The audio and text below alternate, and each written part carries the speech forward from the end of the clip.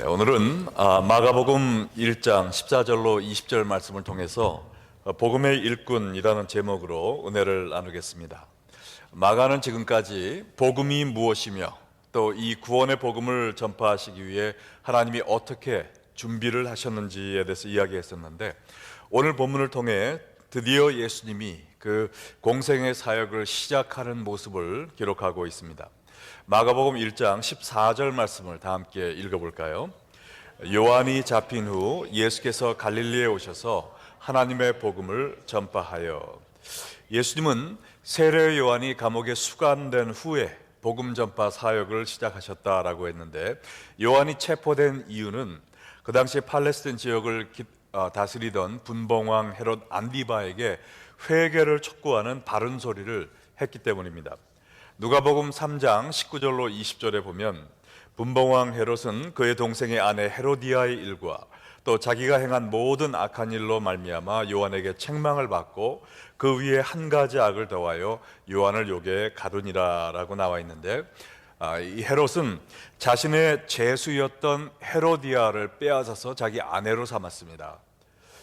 그리고 그 난폭한 성품대로 많은 사람들을 죽이는 그러한 악행을 저질러서 세례 요한에게 지적을 받자 거기에 대한 보복으로 세례 요한을 감옥에 쳐 넣었던 것입니다.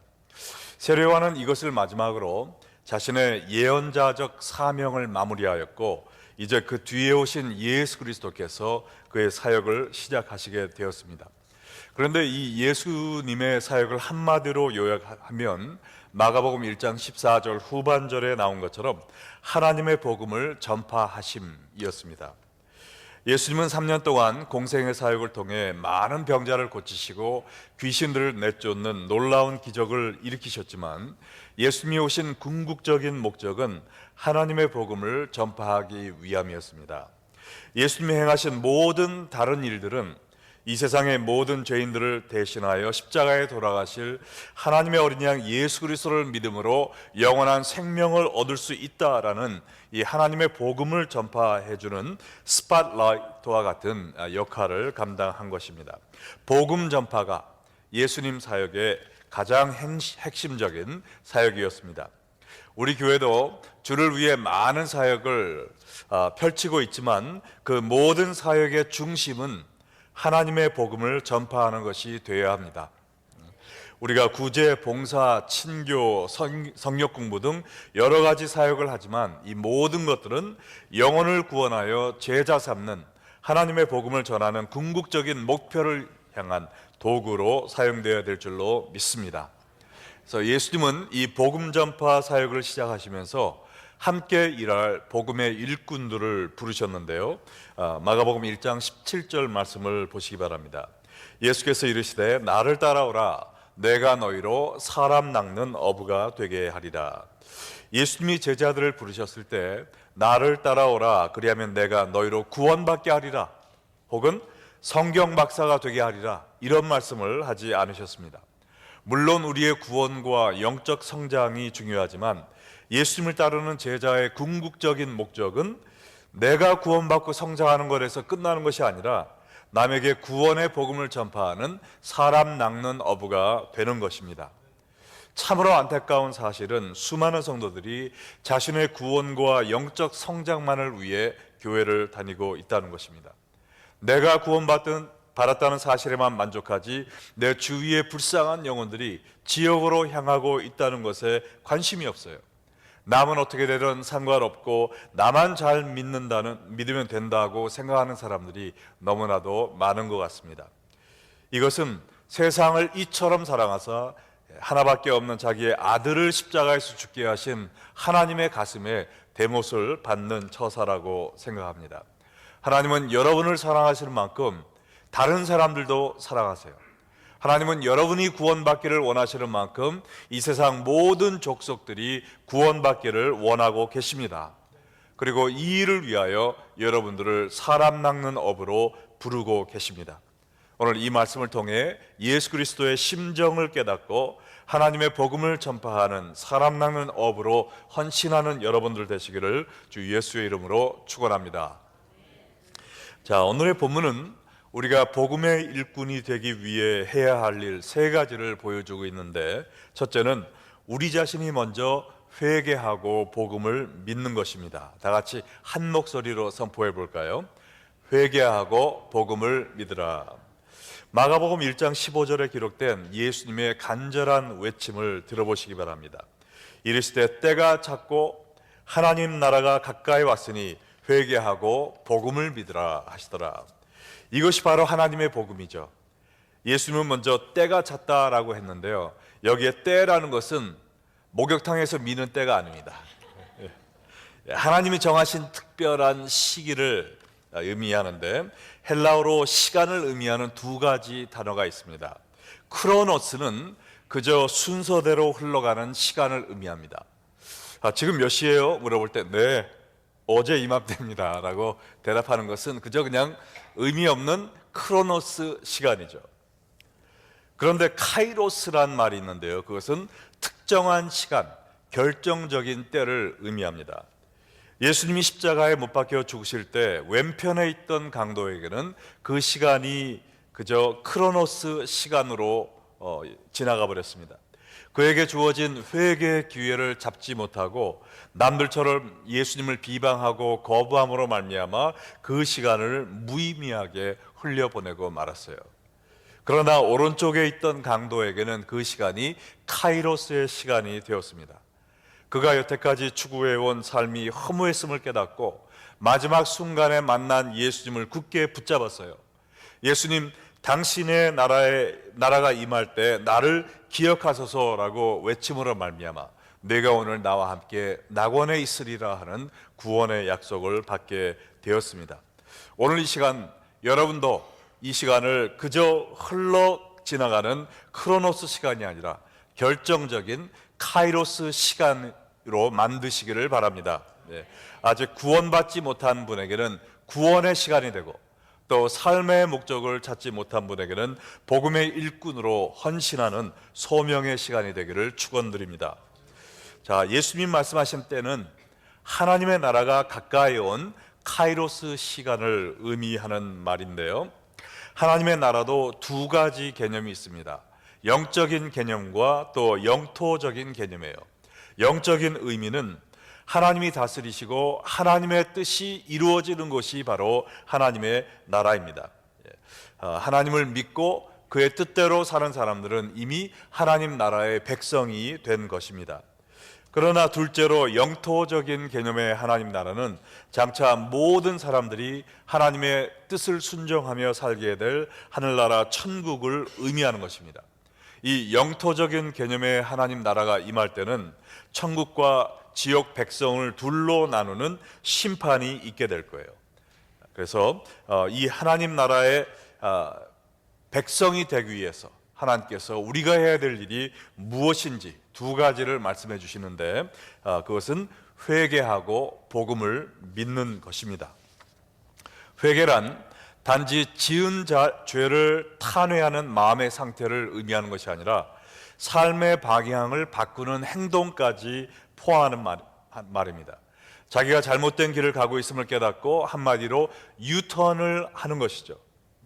하나님, 제가 지금 잘못된 길로 행하고 있군요. 제가 뒤로 돌아서 올바른 길로 가겠습니다. 헌신하고 유턴해서 삶의 방향을 바꾸는 것이 참된 회개입니다.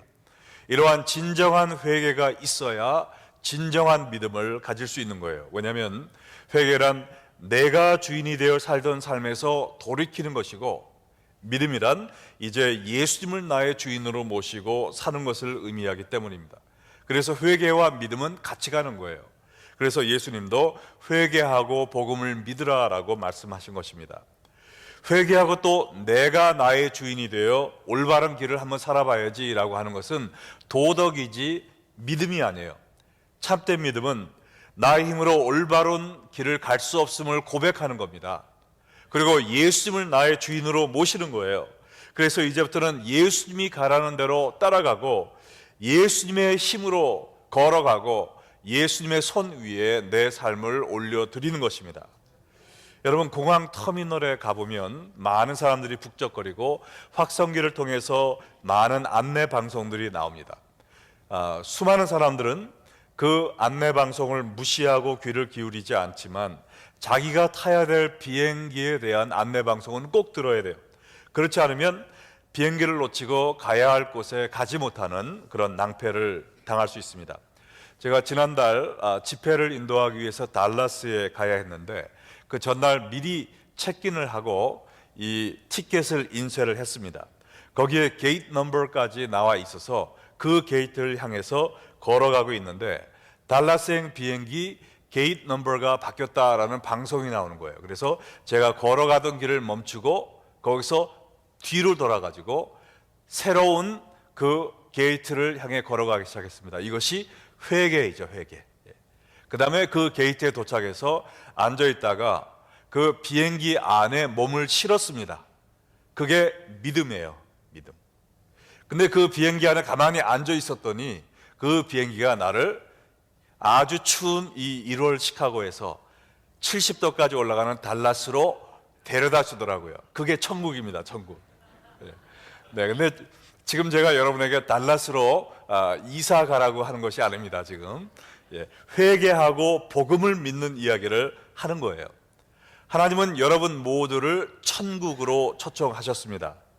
그리고 여러분을 천국으로 모실 믿음의 비행기가 예수 그리스도라는 게이트에 지금 정착되어 있어요.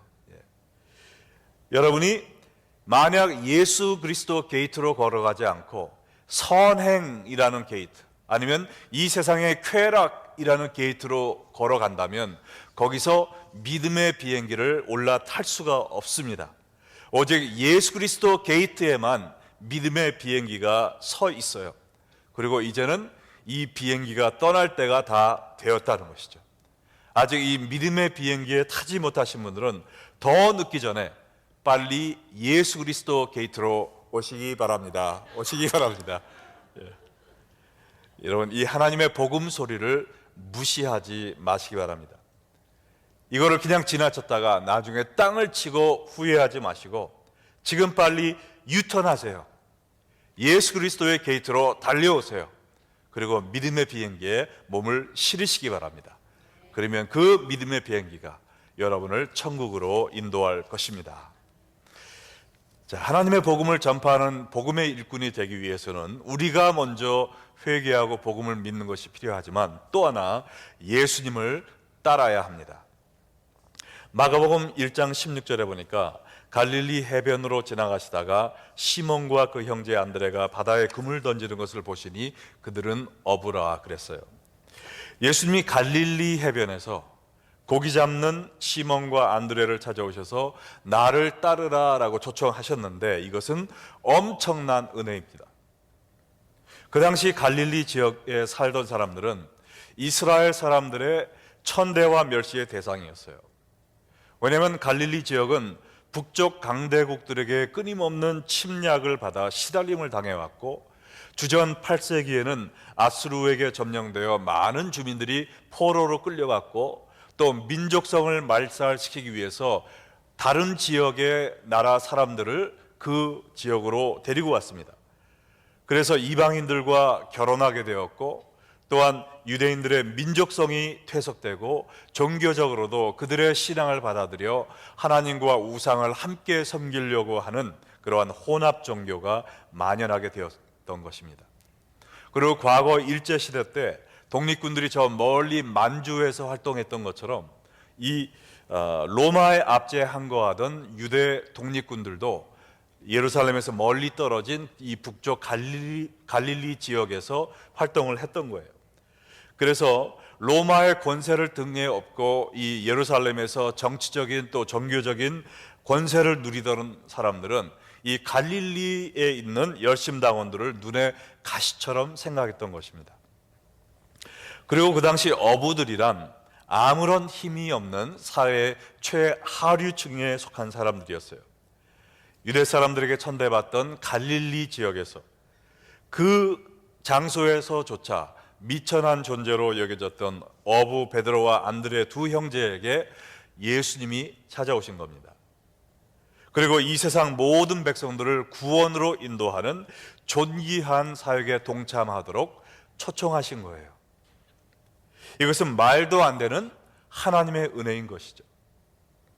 그 당시 랍비들은 제자들이 먼저 가서 저를 제자로 받아주세요 한 것이 아니라 랍비들이 제자를 골랐습니다. 수많은 똑똑하고 능력 있는 사람들을 다 놔두고 예수님은 힘없고 배운 것 없는 갈릴리 어부들에게 찾아가셔서 나를 따르라라고 초청하셨다라는 것이죠. 과거에는 물고기를 잡아 겨우 입에 풀칠을 하던 무명의 어부들이 이제는 어두운 죄의 바다에서 사람들을 건져내어 생명으로 인도하는 사람 낚는 어부의 영광스러운 삶을 살도록, 이 기쁨과 보람이 넘치는 삶을 살도록 예수님께서 초청해 주신 것입니다. 예수님은 오늘도 이처럼 아무 자격 없는 여러분과 저에게 찾아오셔서 그를 따르도록 초청하고 계십니다.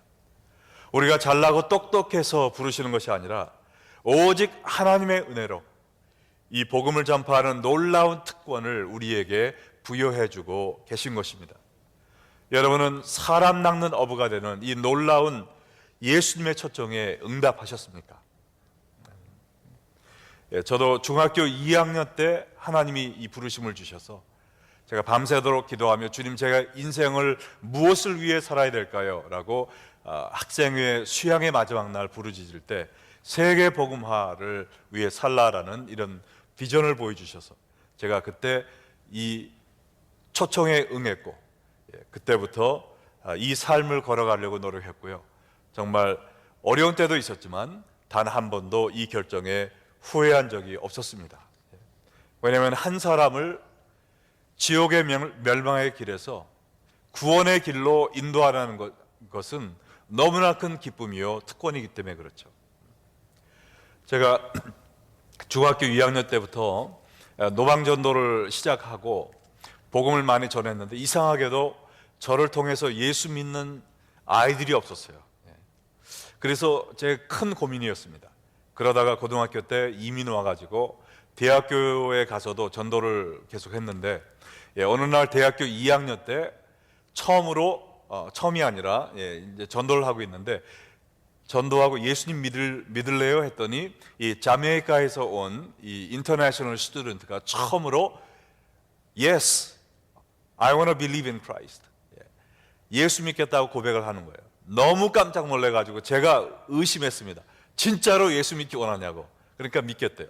그래서 예수님을 영접하는 기도를 해드리고 제가 마음이 너무나 기뻐가지고 어떻게 주체할 수가 없더라고요. 그래서 제 대학교 그 사람들이 제일 많이 다니는 그 길을 막 뛰어가기 시작했어요. 이렇게 눈 오는 날 개들이 뛰어다니는 것처럼 정신 나간 처럼 너무나 기뻐가지고 막 뛰어다닌 겁니다. 사람들이 저 정신 나간 저 한국에 봐라 얘기할 것 같아가지고 그 길 옆에 있는 개천이 있었는데 거기에 내려가서 무릎을 꿇고 양손을 하늘에 들고 하나님께 감사의 기도를 드리기 시작했어요. 한 명의 영혼을 지옥의 길에서 천국으로 인도했다는 그것이 얼마나 기쁘던지 제 눈에서 눈물이 그냥 고장난 수도꼭지처럼 흘러내리기 시작한 거예요. 그러면서 주님, 한 영혼을 구원하는 것이 이렇게 기쁘고 복된 일이라면 제 평생을 이 일을 위해 헌신하겠습니다. 저를 복음의 일꾼으로 써 주시옵소서라고 헌신하던 기억이 있습니다. 여러분, 우리가 이러한 사람 낚는 어부가 되기 위해서는 내가 물론 예수님을 믿어야 되겠지만 내가 또한 예수님을 따르는 사람이 되어야 됩니다. 마태복음 16장 24절에 보니까 이에 예수께서 제자들에게 이르시되 누구든지 나를 따라오려거든 어떻게 하라고요? 자기를 부인하고 자기 십자가를 지고 나를 따를 것이니라 그랬어요. 예수님을 따르는 것이 무엇이냐? 먼저 내 자신을 부인하는 것입니다. 이 말은 자신의 존재를 인정하지 말라라는 이야기가 아니라 내 인생의 주인을 바꾸라는 이야기죠. 이제껏 내가 주인이 되어 살던 삶을 청산하고 예수님을 나의 왕으로 모시라는 것입니다. 내 삶의 결정권을 주님께 드리고 예수님이 인도하시는 대로 순종하며 사는 삶을 살라는 것입니다. 마치 예수님이 온전히 하나님의 뜻만을 순종하셨듯이 우리도 나는 죽었으니 예수님이 내 안에 살아계셔서 주님이 원하시는 일만 해주세요 라는 마음으로 주님의 뜻을 순종하는 것, 이것이 바로 자기 부인의 삶인 줄로 믿습니다. 예수님을 따르는 것은 또한 자기 십자가를 지는 삶입니다. 십자가는 사랑의 희생을 상징하죠. 예수님께서 우리 구원을 위해 하늘 영광 버리고 이 땅에서 종으로 살다가 저 십자가의 고통까지 감수하셨듯이 우리도 모든 족속을 구원하기 위해서 우리의 영광과 안락을 내려놓고 남 섬기는 종으로 모든 고난을 감수하는 십자가의 삶을 살 때 사람 낚는 어부가 될 줄로 믿습니다. 정말 우리 교회에 이러한 삶을 사는 분들이 점점 많아지고 있다는 사실로 인하여 하나님께 감사와 영광을 돌립니다. 정말 오늘 이렇게 날씨가 고약하고 눈이 쏟아지지만 오늘도 복음을 들고 마켓으로 나가는 노방전도 요원들이 있습니다. 할렐루야. 정말 나이 드신 70대 80대에 있는 분들도 CD를 들고 이렇게 추운 날에도 마켓 밖에 서서 그냥 손 시려운 그 시려운 손을 비벼가면서 CD를 나눠주고 복음 전환을 시는 것을 볼 때 정말 제 마음에 한없는 감사가 넘쳐납니다. 또한 저희가 양로원 사역을 갈 때도 그 양로원 사역에 참여하는 분들도 보면 얼마나 이러한 종의 모습으로 섬기는지 몰라요. 지난주인가 지지난주인가 우리가 또 갔었는데요, 모세회 중심으로 갔는데 지금은 요 옆에 양로원에 많은 분들이 떠나시고 이제는 갈 곳 없는 사람들, 식구들 없는 그런 분들만 9명이 남아있어요. 그 중에 몸이 아픈 사람들이 많아서 4명밖에 내려오지 못했습니다. 근데 우리 교회에서 20명이 온 거예요. 20명이 4명을 섬기기 위해서 간 겁니다. 같이 예배드리고 앉아서 그분들의 손을 잡고 기도해드리고, 그리고 끝나고 제가 그냥 올라오고 그랬는데 못 내려온 분들을 위해서 좀 기도해 달라고, 그래서 제가 우리 교인들의 초청을 받아서 올라갔는데 거기서 그 섬기는 모습을 보니까요, 그냥 뭐 마켓에서 빵 사다가 드리는 게 아닙니다. 집에서 밥을 지어 왔어요. 불고기를 만들어 왔습니다. 잡채를 만들어 왔어요. 그 다음에 빈대떡을 부쳐 왔어요. 저도 막 침이 흐르더라고요. 나도 저거 먹고 싶다라는 마음이 막 드는데, 모세회에서 또 끝나고 오신 분들 산수갑산에서 대접을 한다 그래가지고 또 거기 가느라고 빈대떡을 못 먹고 제가 갔습니다. 근데 거기도 못 나오는 분들이 있어요. 왜냐하면 몸이 아프고 어떤 분은 하도 힘들어서 자살을 하려고 3층에서 떨어진 겁니다. 그래서 불구가 됐어요. 침대에서 나오질 못합니다. 그런 분들에게 음식을 가져다 줄게요, 조금만 기다리세요 하니까 그분이 얼마나 좋아하시는지 농담을 하시더라고요. 저는 2그릇 주세요. 그 음식으로 인해서 그분들에게 작은 기쁨 선사하시고, 그분들과 함께 제가 다니면서 그분들 안수하면서 기도하고, 한 달에 한 번만 가는 게 아니더라고요. 거기에 시간 날 때마다 찾아뵈면서 그분들에게 그리스도의 사랑을 전하는 그러한 종의 삶을 사는 사람들이 있어서, 얼마 전에는 거기서 100세 넘은 한국 할머니가 예수님을 영접하는 일이 있었습니다. 할렐루야. 우리가 이러한 십자가의 삶, 자기를 부인하고 십자가를 지고 주님을 따르는 종의 삶을 살 때 하나님께서 여러분과 또한 저의 교회를 통해서 많은 영혼들을 낚아서 빛으로 인도하는 역사가 일어날 줄로 믿습니다. 자, 하나님의 복음을 전파하는 복음의 일꾼이 되기 위해서 우리가 해야 될 마지막 한 가지는요, 세상을 버리는 겁니다. 세상을 버리라. 좀 제목이 무시무시하죠. 예수님께서 베드로와 안드레에게 그를 따르라라고 말씀하셨을 때 그들이 어떻게 반응했는지 마가복음 1장 18절 말씀을 보시기 바랍니다. 곧 그물을 버려두고 따르니라. 여기에 그물이란 그들의 생존 수단이었던 고기 잡는 도구였어요. 이들은 자신의 생업까지 버리면서 예수님을 따르기 시작했습니다. 물론 이 말은 우리가 모든 직업을 버려야 예수님을 따라갈 수 있다는 말은 아닙니다. 여기에 따르다라는 말은 직역하면 뒤에서 따라가다라는 말이에요. 이 말은 예수님을 가장 중요한 우선순위로 두고 다른 모든 것은 예수님 뒤에 두는 삶을 의미하는 것입니다. 예수님이 우리를 부르실 때 그 부르심에 응답하지 못하도록 방해하는 모든 것들을 버려야 된다는 이야기입니다. 우리는 옛것을 과감히 버릴 때 새로운 삶을 경험할 수가 있어요. 그릇을 비워야 새로운 음식을 담을 수가 있는 겁니다. 헌 옷을 던져버려야 새 옷을 입을 수 있는 거예요. 어린아이가 걸음마하기 위해서는 잡고 있던 엄마의 손을 놔야 돼요. 그래야 내 발로 걷기 시작하는 새로운 세계를 경험할 수 있는 겁니다.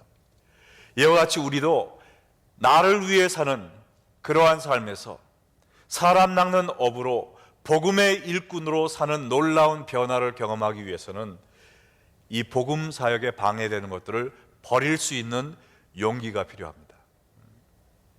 베드로와 안드레는 지금 한참 고기 잡느라고 바쁜데 지금 한창 벌이를 하고 있는데 뭐를 얘기하는 겁니까? 나중에 한가해 좀 다시 오세요. 예수님한테 이러지 않았어요. 예수님이 초청하시는 그때를 놓치지 않고 잡았습니다. 여러분이 복음의 일꾼으로 살기 위해서 버려야 될 것은 무엇입니까? 노방전도 나갈 때 사람들이 나를 보고 이상하게 생각하면 어떡하지? 나 아는 사람 만나면 어떡하지? 라고 걱정하는 마음입니까? 단기 선교를 위해서 터키도 가고 니카라과도 가고 좀 과테말라도 가고 그래야 되는데 지금 할 일이 바빠서 지금은 갈 수 없어 라고 하는 생각입니까?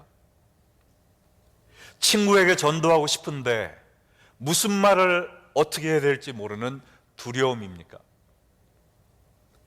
모든 근심과 두려움을 과감히 버리고 예수님을 따라가세요. 그러면 나머지는 예수님이 다 책임져 주십니다. 나를 따르라. 그리하면 누가 너희로 사람을 낚는 사람이 되게 한다고 그랬어요? 내가 너희로 사람 낚는 어부가 되게 하리라고 그랬어요. 여기서 내가 누굽니까? 예수님이시잖아요. 우리가 사람 낚는 어부가 되게 하는 것은 우리가 하는 게 아닙니다. 누가 하신다고요? 예수님이 하세요. 우리가 해야 될 일은 뭡니까? 예수님을 따라가는 겁니다.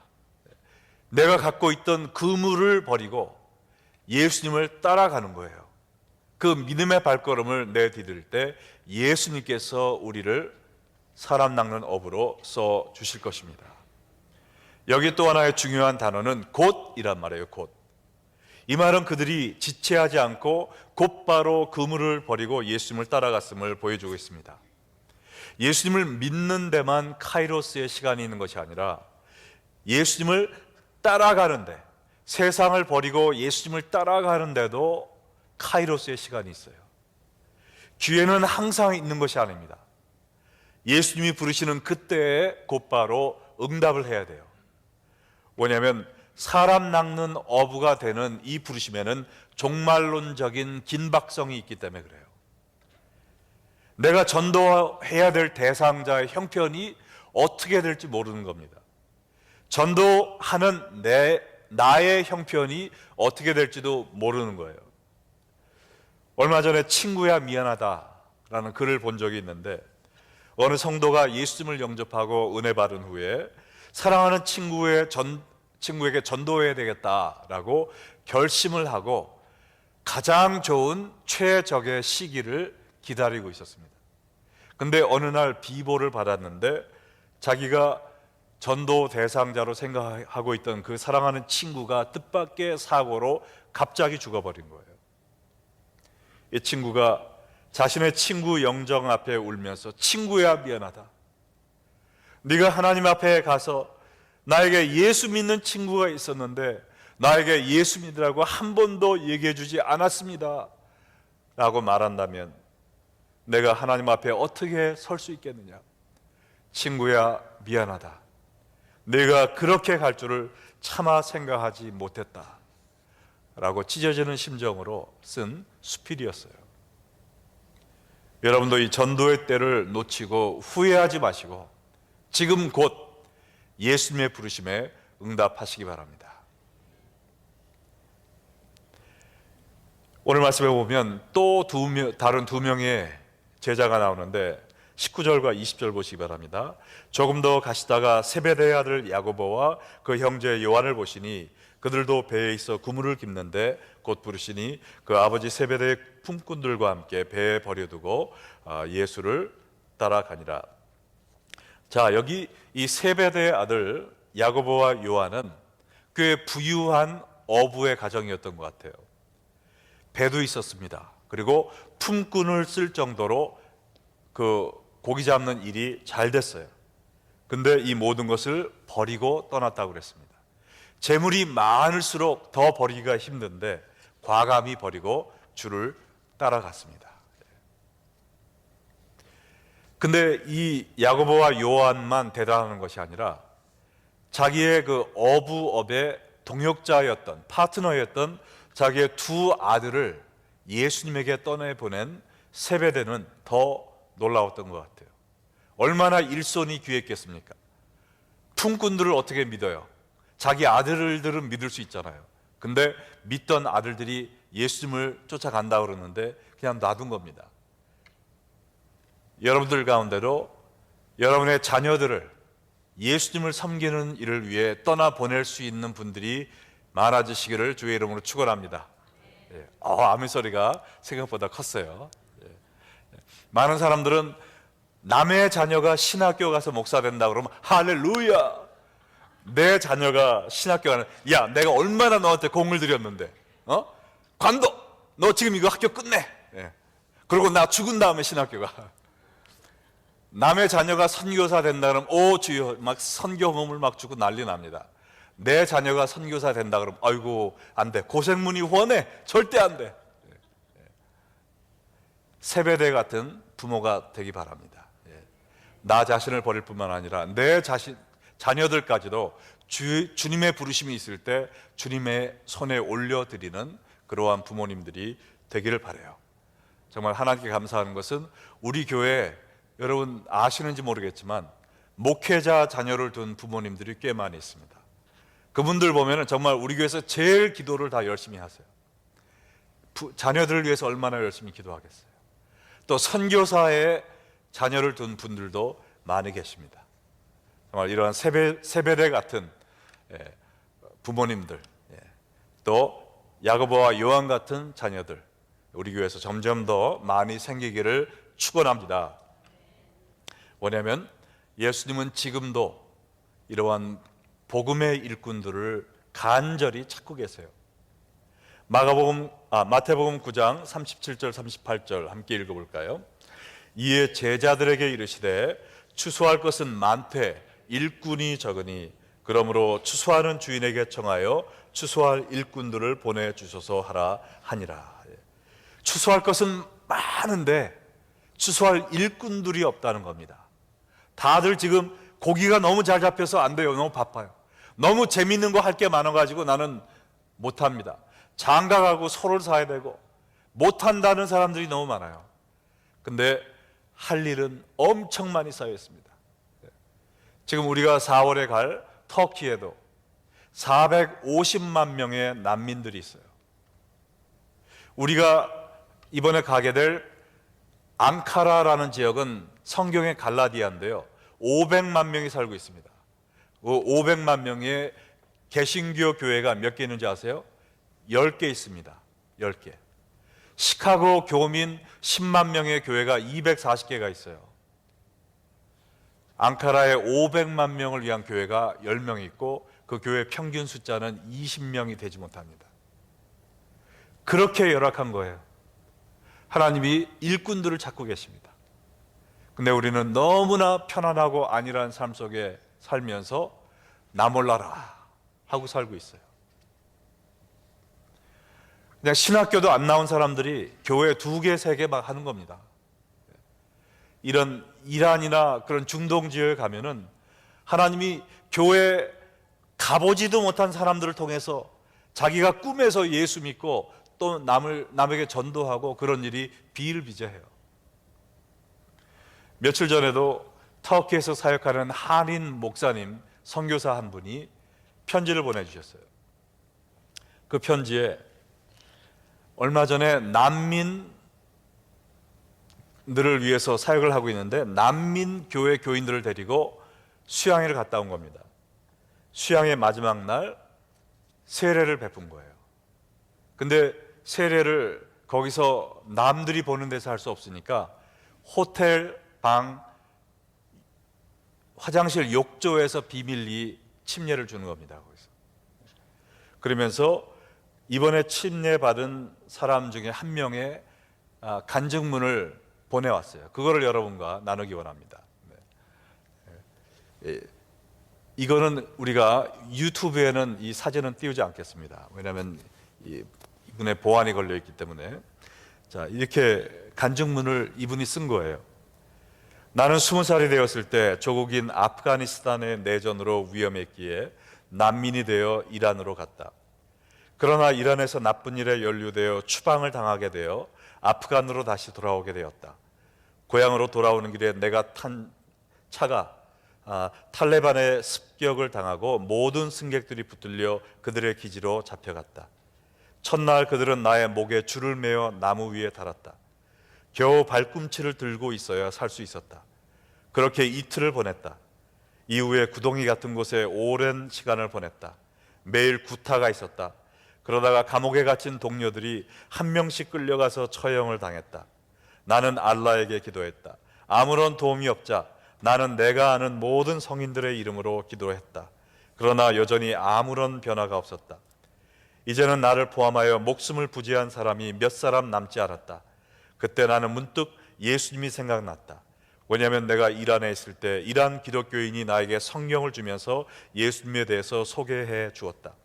그러나 나는 너무 완강한 이슬람 신자였기에 강하게 거절하고 그 책도 받지 않았다. 그러나 마지막이라고 생각하며 예수님께 기도했다. 당신이 만약 살아계시다면 나를 여기서 구원해 주십시오. 그런 이후에 갑자기 큰 폭격이 발생했다. 그 폭격으로 우리를 지키고 있던 탈레반 군인들이 대부분 죽거나 부상을 입었다. 그리고 미군이 와서 나를 구조했다. 나는 9.4일생으로 살아남았다. 그래서 나는 예수님이 나를 구원하셨다는 것을 확실하게 되었고 예수님을 따르기로 결정했다. 난 터키로 난민으로 왔다. 그리고 이 도시에서 교회에 다니기 시작했다. 이 후세인 형제는 이렇게 9.4일생으로 예수님의 이름을 부르고 살아남음으로 인하여 자기 혼자 예수님을 믿은 거예요. 그러나 그렇게 된 배후에는 이란의 난민으로 갔을 때 누군가가 그에게 성경을 전해주며 복음의 씨앗을 뿌린 그러한 복음의 일꾼이 있었기 때문에 이런 일이 가능했던 것입니다. 이 선교사님은 이 편지 마지막에 이렇게 썼어요. 이 후세인 형제는 예수를 믿었을 뿐만 아니라 예수님의 증인이 되어 그의 사촌에게 전도하여 이날 같이 침례를 받았습니다. 이분이 사도 바울과 같이 자신의 민족을 위해 증인의 삶을 살도록 기도해 주십시오. 하나님은 지금도 간절히 갈급한 마음으로 복음의 일꾼들을 찾고 계십니다. 여러분은 이 하나님의 부르심에 응답하시겠습니까? 아니면 내가 할 일이 많아서, 너무 재밌는 게 많아서, 내가 이제 좀 쉬고 싶어서, 편안히 살고 싶어서 예수님의 부르심을 거절하고 세상 많은 사람들이 그냥 지옥에 가도록 내버려 두시겠습니까? 올바른 지혜로운 선택을 하시는 여러분 되시기를 축원합니다. 함께 기도하겠습니다.